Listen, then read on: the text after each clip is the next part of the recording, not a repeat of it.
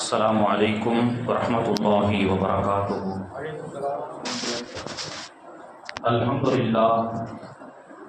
الحمد لله رب العالمين والعاقبة للمتقين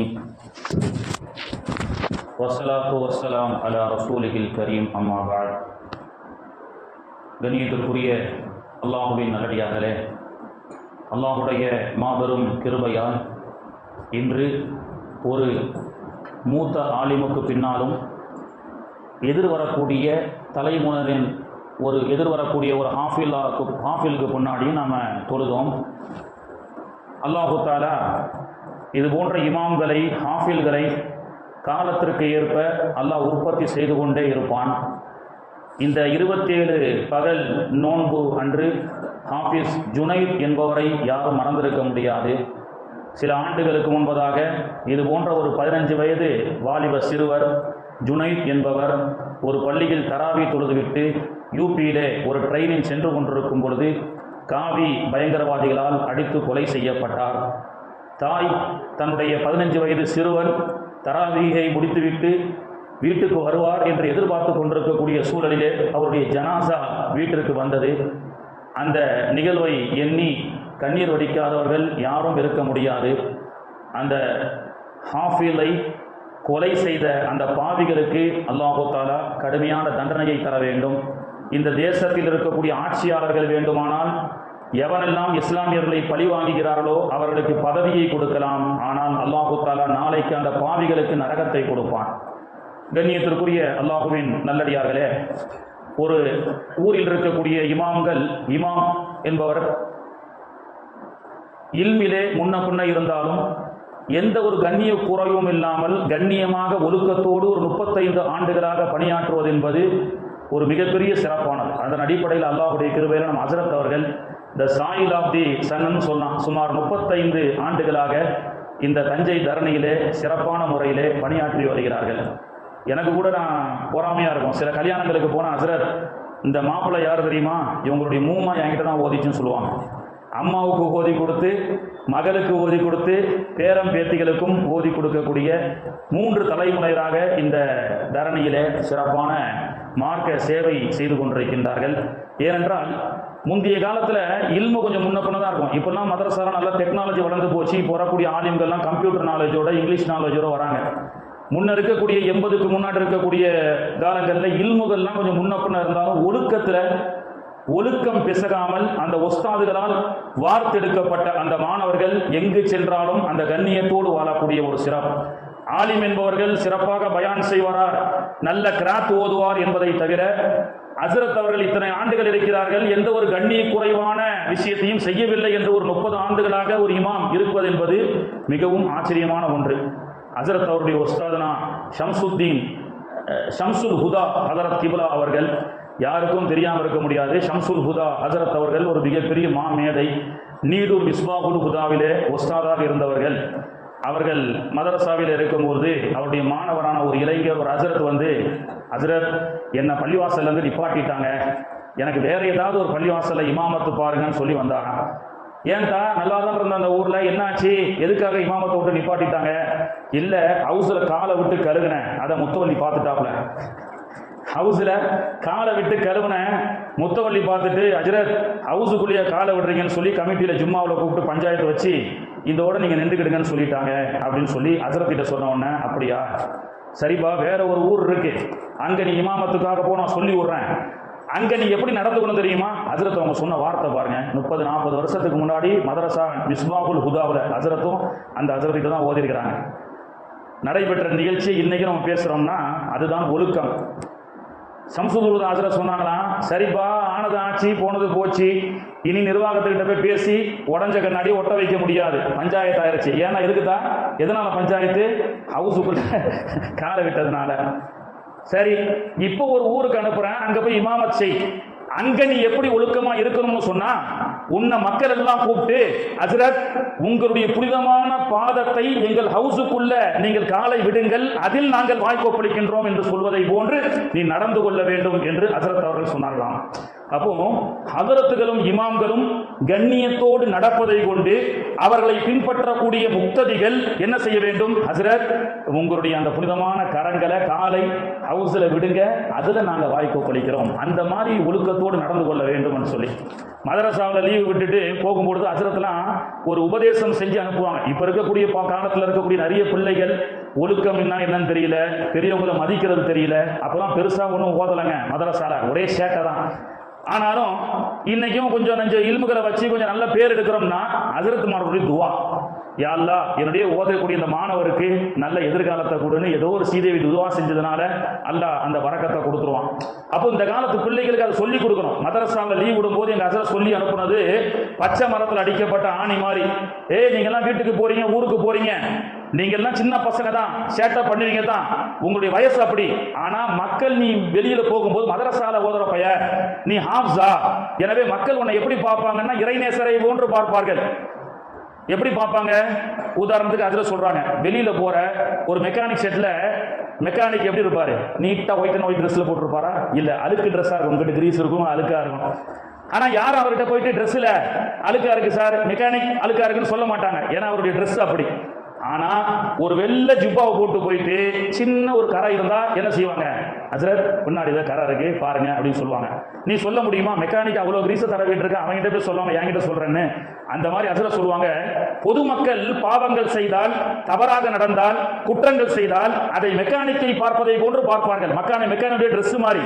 ஆனா அஜரத்து ஓதிட்டு போகக்கூடிய நீங்க பிள்ளைங்க இருக்கீங்களே, ஒயிட் ஜிப்பா மாதிரி சின்ன கரை இருந்தாலும் இந்த மாதிரி ஓதர பையா எப்படி சேட்டா பண்றான்னு சொல்லுவாங்கன்னு லீவ் விடும்போதெல்லாம் ஊருக்கு சென்றால் எப்படி ஒழுக்கமாக இருக்க வேண்டும். 15 நாள் லீவ் விட்டாங்கன்னா பக்ரீத்ல அந்த 15 நாளைக்கு உண்டான உபதேசத்தை 15 நிமிஷம் செய்வாங்க.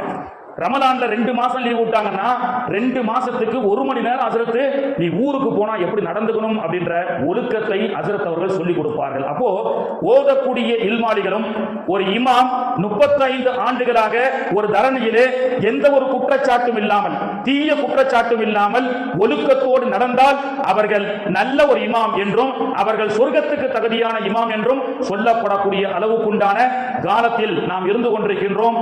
அப்படிப்பட்ட எந்த ஒரு குற்றச்சாட்டும் இல்லாமல் 35 ஆண்டுகளாக பணிபுரியக்கூடிய ஹதரத் அவர்களுக்கு அல்லாஹ் நீண்ட ஆயுளையும் நிறைவான செல்வத்தையும் அவருடைய உள்ளத்தில் இருக்கக்கூடிய கவலைகள் எல்லாம் நீக்கி அவர்கள் ராகத்தாக சந்தோஷமாக இன்னும் பல ஆண்டுகள் இங்கே நமக்கு இமாமத் செய்ய வேண்டும். அவர்களுக்காக நாம் துவா செய்ய கடமை பெற்றிருக்கின்றோம். சகோதரர்களே, கண்ணியத்திற்குரியவர்களே, மார்க்க கல்வி பிள்ளைகளுக்கு உண்டான இன்னைக்கு மார்க்க கல்வியினுடைய விஷயத்திலே நம் வீட்டு பிள்ளைகளை அருள்மறையை மனப்பாடம் செய்யக்கூடிய ஹாஃபிலாக உருவாக்க வேண்டும், ஆலிமாக உருவாக்க வேண்டும், ஒரு மார்க்க மேதையாக உருவாக்க வேண்டும் என்ற கனவு லட்சியங்கள் எல்லாம் இன்று இருக்கக்கூடிய பெற்றோர்களுக்கு ரொம்ப குறைவாகிவிட்டது. இன்னைக்கு ஒரு சீட்டு 2 சீட்டுக்காக யார் யார் கூடயோ கூட்டணி வைக்கிறோம். சரி, இவன் நல்லவனா இருப்பான்னு சொல்லி இவனோட கூட்டணி வச்சா என்ன செய்யறான்? திடீர்னு டெல்லிக்கு போயிட்டு பிஜேபியோட கூட்டணி வச்சிடறான். என்னடா வம்பா போச்சு, எவன் நல்லவன் எவன் கெட்டவனே தெரியல. சரி, மேடையை போட்டு அவரையும் உட்கார வச்சு அவர் கருப்பு எம்ஜிஆர், இவர் இந்த எம்ஜிஆர், அவர் இஸ்லாத்திற்கு வந்த எந்த அளவுக்கு நம்ம ஆளுங்க பேசுறாங்கன்னா பதவிக்காக அடுத்த நபிகள் நாயகத்துடைய தீர்த்தரிசியை இவர்தான் சொல்லக்கூடிய அளவுக்கு நவுது பில்லாஹ் பேசி மேடையில் அலங்கரிக்கிறாங்க. கடைசியில காசுக்காக பதவிக்காக டெல்லியில போய் அமித்ஷாவை சந்தித்து வந்து நம்மை கருவறுக்கக்கூடிய பிஜேபியினுடைய கட்சியிலே சேரக்கூடிய அளவுக்கு இருக்கிறது. அப்ப நம்முடைய சமூகம் இங்க போனா இவன் நல்லவனா இருப்பானா, அங்க போனா அவன் நல்லவனா இருப்பானா, இந்த கூட்டணியில அமைச்சா இந்த சட்டம் வந்துருமா வராதா என்றெல்லாம் அங்கங்கே அலைந்து திரிந்து கொண்டிருக்கின்றோம். எதற்காக? ஓட்டுக்காக, பிச்சை ஓட்டுக்காக, எம்எல்ஏ சீட்டுக்காக, எம்பி சீட்டுக்காக பிச்சை எடுத்துக் கொண்டிருக்கக்கூடிய சமூகமாக இன்னைக்கு இந்தியா முழுக்க இருந்து கொண்டிருக்கின்றோமே. எம்பி சீட்டு எம்எல்ஏ சீட்டை விட நாளைக்கு கியாமத்து நாள்ல அகில உலக மக்கள் ஆதிபிதா ஆதம் இருந்து சைனா தேசத்தில் பிறக்கக்கூடிய கடைசி பிறந்தவரை இந்த உலகத்தில் கோடான கோடி மக்கள் யா நப்சி யா நப்சி என்று இருக்கும் பொழுது அந்த மிகப்பெரிய பிரம்மாண்டமான அவையிலே ஒரு சிம்மாசனம் அமைக்கப்பட்டிருக்கும். அங்கே தங்க கிரீடம் வைக்கப்பட்டிருக்கும். அந்த சிம்மாசனம் யாருக்கு தெரியுமா? எம்பி எம்எல்ஏக்கு இல்ல, அமெரிக்காவுடைய ஜனாதிபதிக்கு அல்ல. யார் தன்னுடைய பிள்ளைகளை, தன்னுடைய வாரிசுகளை அருள் மறையை சுமக்கக்கூடிய ஹாஃபிஸாக உருவாக்குகிறார்களோ அத்தனை பெற்றோர்களையும் அல்லாஹ் தஆலா பேர் சொல்லி அழைப்பான். அத்தனை பெற்றோர்களையும் அல்லாஹ் பேர் சொல்லி அழைத்து அந்த சிம்மாசனத்திலே அமர வைத்து தங்க கிரீடத்தை அணிவிப்பான். அது மட்டுமல்ல, அந்த அருள்மறையை மனப்பாடம் செய்த ஹாஃபிஸாவுக்கு 10 சொர்க்கத்துடைய டிக்கெட்டை அல்லாஹ் கொடுப்பான். 10 சொர்க்கத்தினுடைய டிக்கெட். உலகத்தில் பிச்சை எம்எல்ஏ எம்பிக்காக பிச்சை எடுத்துக் கொண்டிருக்கின்றோம். ஆனால் நாளை கியாமத்து நாள்ல ஒரு நன்மையை பெற்றுக் கொள்ள முடியாது. முந்தா நாள் ஓதணும், கியாமத்து நாள்ல அல்லாஹ் எடை போட்டு பார்த்து ஒரே ஒரு நன்மை தான் குறைவா இருக்குன்னு. யாரெல்லாம் ஒன்றும் கவலைப்படாத, ஒரு நன்மை தானே குறைவா இருக்கு, ஒன்னு இருந்தா சொர்க்கத்துக்கு அனுப்பிச்சிருவோம்ல, அனுப்பிச்சிருவோம்பா. ஒன்னு உலகத்துல வாழும்பொழுது ஒரே ஒரு சுப்ஹானல்லாஹ் மிஸ்ஸிங் ஆயிடுச்சு. மௌத்தாகும் போது ஒரு சுப்ஹானல்லாஹ் சொல்லியிருந்தா கூட ஓகே அப்படின்ற அளவுக்கு. சரி அல்லாஹ் எனக்கு உலகத்துல நிறைய தெரிஞ்சவங்க இருக்கிறாங்க, நான் போய் ஒரு நன்மை வாங்கிட்டு வரேன்னு போவானா. குர்ஆன்ல அல்லாஹ் சொல்றான், ஒரு நன்மை பெற்றுக்கொண்டால் அவன் நரகத்திலிருந்து சொர்க்கத்துக்கு செல்ல முடியும். அந்த ஒரு நன்மைக்காக தன்னுடைய தாயிடத்தில் செல்வான். உம்மிஹி வ அபி வ சாஹிபதிஹி வ பனி லிகுல்லி இம்ரிஇன் மின்ஹும் யௌமஇதின் ஷஅனுன் யுக்னி. தாயிடத்தில் சென்று, அம்மா உலகத்தில் பசித்த பொழுது உணவளித்தாய், என்னுடைய கஷ்டத்தில் நீ பங்கு கொண்டாய், என்னை பாராட்டி சீராட்டி 10 மாதம் உயிரை பணயம் வைத்து பெற்றாயே, என்னுடைய தாயே, எனக்கு ஒரு நன்மை குறைவாக இருக்கிறது. நீ பெற்றெடுத்த மகனாகிய நான் நரகத்திற்கு செல்லக்கூடிய ஒரு சூழல் ஏற்பட்டு விட்டது. எனவே எனக்கு மறுமையினுடைய ₹1 ஒரு நன்மையை எனக்கு கொடு அப்படி என்று கேட்டால் அந்த தாய் சொல்லுவாள், தம்பி உனக்கும் எனக்கும் சம்பந்தம் இல்லை, என்னால் தர முடியாது என்று. தந்தை இடத்தில் செல்வார், கேட்டதெல்லாம் வாங்கி கொடுத்தீங்களாத்தா, ஒரு நன்மை குறைவா இருக்கு. இது நானா கற்பனை பண்ணி சொல்லக்கூடிய செய்தி அல்ல, குர்ஆன்ல அல்லாஹ் சொல்லக்கூடிய செய்தி. தந்தை என்னுடைய மகனுக்கும் அவருக்கும் சம்பந்தம் இல்லை என்று சொல்வார். இப்படியாக உலகத்திலே எல்லா ரிலேஷன் கிட்டையும் எல்லா ஃப்ரெண்ட்ஸ் கிட்டையும் அந்த ஒரு நன்மைக்காக இரத்த கண்ணீர் வடித்து பிச்சை எடுக்காத குறையாக செல்லும் பொழுது கிடைக்காது. அப்படிப்பட்ட ஒரு நன்மையை பெற்றுக்கொள்ள முடியாத கியாமத்து நாளிலே 10 சொர்க்கத்துடைய டிக்கெட் இருக்கும். யாருக்கு? அருள்மறையை மனப்பாடம் செய்த ஹாப்ஸாவுக்கும் அந்த தாய் தந்தைக்கும் அல்லாஹ் தஆலா கொடுப்பான். எனவே கண்ணியத்திற்குரியவர்களே, தஞ்சை மாவட்டத்தை பொறுத்த வரைக்கும் நிறைய ஆலிம்களை உருவாக்கிய மாவட்டம் தஞ்சை, திருவாரூர், நாகை எடுத்துக்கொண்டால் இங்கே இருக்கக்கூடிய நல்ல கொடை வள்ளல்கள். நீங்கள் எல்லாம் மதரசாவுக்காக அள்ளி கொடுக்கப்பட்ட அந்த சில்லறையில் இருந்து எத்தனையோ மதரசாவுடைய மாணவர்கள் சாப்பிடுகிறார்கள், எத்தனையோ மதரசாவுடைய மாணவர்கள் உங்களுக்காக துஆ செய்கிறார்கள். அதனுடைய பரக்கத்தை கொண்டு அல்லாஹ் தஞ்சை தேசத்தினுடைய, தஞ்சை தரணியினுடைய, முன்னாள் தஞ்சை மாவட்டத்தினுடைய மக்களுடைய பொருளாதாரத்தினுடைய அன்பளிப்புகள் தான், சதக்கா ஜகாத்துகள் தான் தமிழகத்தில் இத்தனாயிரம் ஆலிம்கள் ஹாஃபில்கள் உருவாவதற்குண்டான காரணமாக இருந்தது. அப்படி சொல்ல போனா தஞ்சை மாவட்டம் தான் ஃபேக்டரி ஆஃப் ஆலிம் அண்ட் ஹாஃபில். ஆனால் தஞ்சை மாவட்டத்தில் தான் அதே நேரத்தில் ஆலிம்களும் குறைவு, ஹாஃபில்களும் குறைவு. திருநெல்வேலி மாவட்டத்தை எடுத்துக் கொள்ளுங்கள், எல்லோரும் ஆலிம்கள் ஹாஃபில்கள் நிறைந்த இடம்.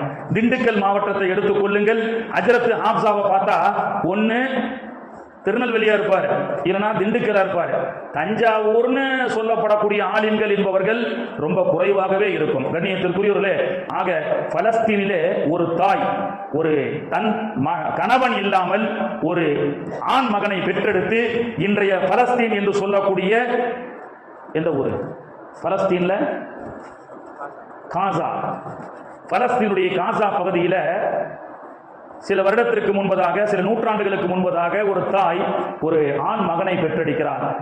கணவன் இறந்து விட்டார். அந்த ஆண் மகனை தன்னந்தனியாக சுமந்து கொண்டு, சிறு வயதிலே சுமந்து கொண்டு பலஸ்தீன் காசாவிலிருந்து மக்காவுக்கு புறப்படுகிறார். மக்காவிற்கு சென்று அந்த 4 வயது சிறுவரை மதரசாவிலே ஓத வைக்கிறார். மக்காவிலே வருமானம் என்ன? அந்த தாயினுடைய வருமானம் மக்காவில் இருக்கக்கூடிய அந்த காலத்துல வீட்டிலே சென்று எச்சில் பாத்திரத்தை கழுவி தன்னுடைய மகனை ஓத வைக்கிறார். 9 வயதில் ஹாஃபிலாக ஆகிறார். பிறகு மதீனாவுக்கு சென்று 18 வயதிலே ஆலிமாக ஆகிறார். பிறகு அதே தாய் அந்த எச்சில் பாத்திரத்தை கழுவி ஈராக் தேசத்துக்கு சென்று அங்கே பல கல்விகளை கற்று 25 வயதிலே ஈராக் தேசத்திலிருந்து வருகிறார். ஈராக் தேசமே அவருடைய அறிவை பார்த்து பாராட்டி பல ஒட்டகங்கள், பல சீர்வரிசைகளை எல்லாம் அன்பளிப்பாக கொடுத்து, தங்கம் வெள்ளி பொற்காசுகளை கொடுத்து மிக அற்புதமாக அந்த வாலிபர் வருகிறார். அப்ப அந்த அம்மா என்ன நினைப்பாங்க? இத்தனை வருஷமா இந்த தம்பிய 4 வயசுல இருந்து பெத்ததுல இருந்து கணவன் இல்லாமல் எச்சில் பாத்திரத்தை கழுவி 25 வயசுல ஒரு மிகப்பெரிய மார்க்கத்தினுடைய முஃப்தியாக உருவாக்கப்பட்ட அவர் இன்னைக்கு ஈராக் தேசத்திலே சென்று ஓதி அவருடைய அறிவு கடலை பார்த்து, அவருடைய அந்த திறமையை பார்த்து ஈராக் மக்கள் வாரி கொடுத்தார்கள். தங்க காசுகள், பொற்காசுகளை எல்லாம் கொண்டுட்டு மக்காவுக்கு வரும் பொழுது ஒரு சராசரி தாயாக இருந்தால் என்ன நினைத்திருப்பார்? சொல்றார், நம்முடைய கஷ்டத்துக்கெல்லாம் தீர்வு வந்துருச்சு. ஏன்னா நம்ம புள்ள 25 வயசுல ஈராக் தேசத்திலிருந்து ஒட்டகம் நிறைய சாமான்களை, இன்றைய சொல்ல போனால் கண்டெய்னர் நிறைய தங்க காசுகளை கொண்டு வருகிறார் அப்படி என்று சொன்னால் ஒரு சராசரி தாய் நம்முடைய அந்த கஷ்டத்திற்கெல்லாம் ஒரு விடிவு காலம் வந்துவிட்டது என்றுதானே நினைப்பார்கள். ஆனால் அந்த தாய் இதை கேள்விப்பட்டவுடன் உடனே ஒரு இடத்திலே சொல்லி அனுப்புகிறார், அவர் கொண்டு வரக்கூடிய என்னுடைய மகன் கொண்டு வரக்கூடிய அத்தனை சாமான்களையும் மக்காவுடைய எல்லையில் தர்மம் செய்துவிட்டு இங்கிருந்து எப்படி சென்றாரோ அவர் அப்படியே வர வேண்டும். என்னுடைய மகன் ஆலிமாக முஃப்தியாக வர வேண்டுமே தவிர இந்த உலக அற்ப காசுகள் எனக்கு வேண்டாம் என்று சொல்லி அந்த எச்சில் பாத்திரத்தை கழுவப்பட்ட அந்த வறுமையை தாண்டி அந்த மகனை, அந்த வாலிபரை வளர்த்தாரே, அவர்தான் இமாமுனா ஷாஃபி ரஹ்மத்துல்லாஹி அலைஹி. மிகப்பெரிய மாமேதையாக உருவானார்கள். கண்ணியத்திற்குரியவர்களே, அல் குர்ஆன் நம்முடைய வாழ்க்கையை சிறப்பாக்கும். அல் குர்ஆன் நம்முடைய திறமையை சிறப்பாக்கும். அபு யூசுப் ரஹ்மத்துல்லாஹி அலைஹி என்ற மிகப்பெரிய மாமேதை ஈராக் தேசத்தினுடைய ஆளுநராக, கவர்னர் ஜெனரலாக பதவி ஏற்கிறார்கள். ஈராக்கினுடைய பார்லிமெண்ட்ல வச்சு கவர்னர் ஜெனரலாக அபு யூசுஃபுக்கு பதவி ஏற்பு விழா. அங்கே விதவிதமான உணவுகள், பல அரசர்கள், பல நாட்டு பிரமுகர்கள் எல்லாம் வந்திருக்கிறார்கள். அந்த அவையிலே அமர்ந்து கொண்ட அபு யூசுப் ரஹ்மத்துல்லாஹி அலைஹி அவர்கள் தேம்பி தேம்பி அழுகிறார்கள். ஏன் அழுகிறீர்கள் Abu Yusuf? why are you crying? this is a happiness time. இது சந்தோஷப்படக்கூடிய நிகழ்வு அல்லவா? கவர்னர் ஜெனரல் போஸ்டிங், எவ்வளவு பெரிய போஸ்ட். சுத்தி அரசர்கள், ஆளுநர்கள், பல நாட்டு விருந்தினர்கள் எல்லாம் வந்திருக்கக்கூடிய அந்த விருந்து அவையிலே ஒட்டகம் பொறித்து வைக்கப்பட்டிருக்கிறது. விதவிதமான உணவுகள் எல்லாம் அங்கே வைக்கப்பட்டிருக்கிறது. அந்த அவையிலே பதவி ஏற்ற அபு யூசுப் தேம்பி அழுகிறார்கள். அபு யூசுப், உங்களுடைய அழுகைக்கு காரணம் என்ன என்று சொல்லும் பொழுது அபு யூசுப் அந்த அவையிலே சொன்னார், நான் சிறு வயதாக இருக்கும் பொழுது என்னுடைய தாய், சிறு வயதிலேயே என்னுடைய தந்தை இறந்து விட்டார். நான் சிங்கிள் பேரண்டா வளர்ந்தேன். என்னுடைய தாய் பழைய துணிகளை எல்லாம் எடுத்து வந்து துணி துவைத்து அதை ஈராக் தேசத்திலே கொடுத்து அந்த வண்ணான் தொழில் செய்துதான் நாங்கள், என்னுடைய தாய் என்னை படிக்க வைத்தார். அப்படி நாங்கள் மிகப்பெரிய வறுமை கோட்டிலே இருந்தோம். ஒரு கட்டத்திலே என்னுடைய தாயால் சம்பாதிக்க முடியாமல் போகும்போது என்னுடைய உஸ்தாத் எனக்கு உண்டான செலவுக்கு காசு கொடுத்து என்னை ஓத வச்சாங்க. ஒரு நாள் பசியோடு இமாம் அவர்களுடைய தர்பாருக்கு சென்றேன். தம்பி ஏன் அலறன்னு எங்க ஹஸ்ரத் கேட்டாங்க. அப்ப எனக்கு 12 வயசு இருக்கும். அவர் சொல்றார் அந்த மேடையில, எனக்கு 12 வயசு இருக்கும் ஹஸ்ரத், கடுமையான பசி. ஏனென்றால் எனக்கு சாப்பிடுவதற்கு உணவில்லை, வீட்டில் கடுமையான பஞ்சம். எந்த அளவுக்கு சொன்னா, கூஃபா தேசத்துல தர்பூசணியை சாப்பிட்டு விட்டு தூக்கி கீழே போடுவார்கள் அல்லவா, மிச்சம் மீதி ஒட்டிருக்கக்கூடிய அந்த சிவப்பு சதைகளை அறுத்து சாப்பிட்டு வளர்ந்த உடம்பு. அது மட்டுமல்லாமல் இறைச்சிகள் எல்லாம் எங்களால் சாப்பிட முடியாது. எல்லோரும் சாப்பிட்டு தூக்கி எரியக்கூடிய எச்சிகளை எல்லாம் என் தாய் புறக்கி வந்து அதை தண்ணீர் ஊற்றி கொதிக்க வைத்து அசீராக குடிக்கின்றோம். மக்கள் போடக்கூடிய எச்சிலை புறக்கித்தான் என்னுடைய தாய் எனக்கு உணவளிக்கின்றாள்.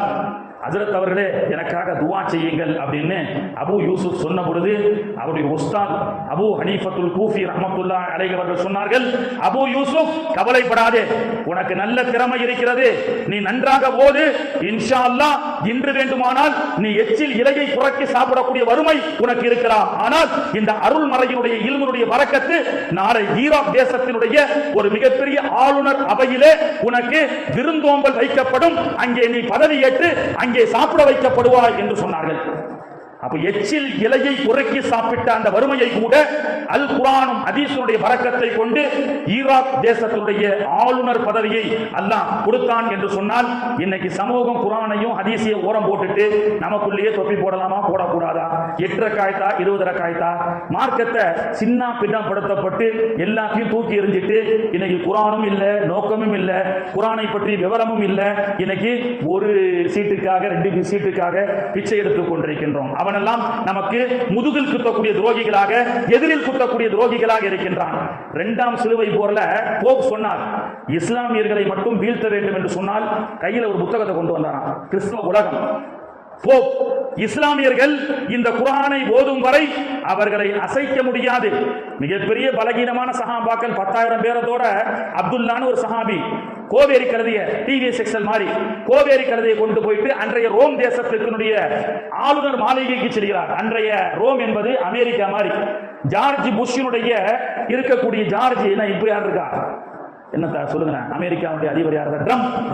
இன்னைக்கு டிவிஎஸ் எக்ஸல்ல ஒருத்தர் நம்மள மாதிரி இந்த மாதிரி சாதாரண ஆளு ட்ரம்ப்னுடைய அந்த பார்லிமெண்ட் அவையில போயிட்டு நீ இஸ்லாத்தை ஏத்துக்க இல்லைன்னா வரி கொடுன்னு சொல்ல முடியுமா? ஆனால் அப்துல்லா என்ற ஒரு சாதாரண சஹாபி 10,000 பேரோட போயிட்டு ரோம் தேசத்தினுடைய ஆளுநருடைய அவையில பார்லிமெண்ட்ல போயிட்டு என்ன சொல்றாரு? இஸ்லாத்தை ஏத்துக்க, இஸ்லாம் தான் சரியான மார்க்கம்னு சொல்லிடுச்சு. அரசன் சிரிச்சானா. அவர் வரும்பொழுதே கோவேரிக்கிறது வரதை பார்த்துட்டு அவர் அங்கேயே நிப்பாட்டினாங்களா சிப்பாய்கள்லாம். அரசன் பார்த்துட்டு யாரா இவ்வளவு தௌலத்தா வராரு, என்ன அவன் வச்சிருக்கிறது கோவேரி கழுத, விடு விடுன்னு சொல்லி வர சொன்னாரு அரசர். வர சொன்ன உடனே சரி இவ்வளவு தௌலத்தா பேசுறீங்க, அதுவும் கோவேரி கரையை உள்ளே கொண்டு வந்து அவர் என்ன தெரியுமா பண்ணாரு? அரசன் உட்கார்ந்து இருக்கக்கூடிய அந்த சிம்மாசனத்துக்கு காலடியிலே கட்டினாரா கோவேரி கழுதைய. இன்னைக்கு நம்ம டிவி செக்ஷன்ல கொண்டு போய் யாரு பேர் வர மாட்டாங்க சொல்லுங்க, ட்ரம்ப்னுடைய அவையில கட்டுற விடுற மாதிரி பார்க்கிங் பண்ணி நிக்கிற மாதிரி அவன் BMW ஃபெராரி காருன்னு எங்கேயோ போயிட்டு இருக்கான். நம்ம என்ன எக்ஸல்ல போய் நிக்கிற மாதிரி அந்த மாதிரி அவன் சிரிச்சானா. என்ன இவ்வளவு தௌலத்தா வந்து நின்று பேசுறிய, சரி இவ்வளவு தைரியமா பேசுறிய, உன் கூட எவ்வளவு சிப்பாய்கள் வந்திருக்கிறாங்க பாதுகாப்புக்கு? 10,000 பேர், 10,000 பேர் வந்திருக்கிறாங்க. உண்மையை சொல்லிட்டார். 10,000 சஹாபாக்கள் ரோமுக்கு போறாங்க. அதான் இன்னைக்கு துருக்கி ரோமுக்கு போறாங்க.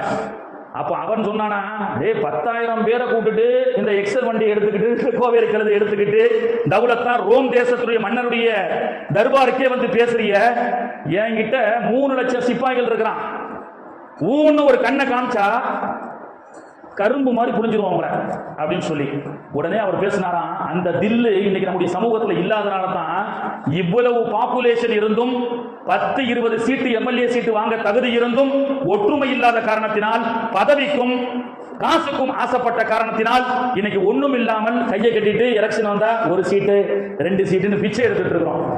அப்போ அவர் சொன்னாரா, அந்த தில் அல்லாஹ் தஆலா இன்றைய சமூகத்துக்கு எல்லாம் நமக்கு தருவானாக. கண்ணியத்திற்குரிய ஆமீன் சொல்லுங்க. இந்த தில்லு வேணாமா? அப்ப எதில் தான் விட்டேன் நானு. 3 லட்சம் 10 பேர் வச்சிருக்கான், 3 லட்சம் பேர் இருக்கிறாங்க.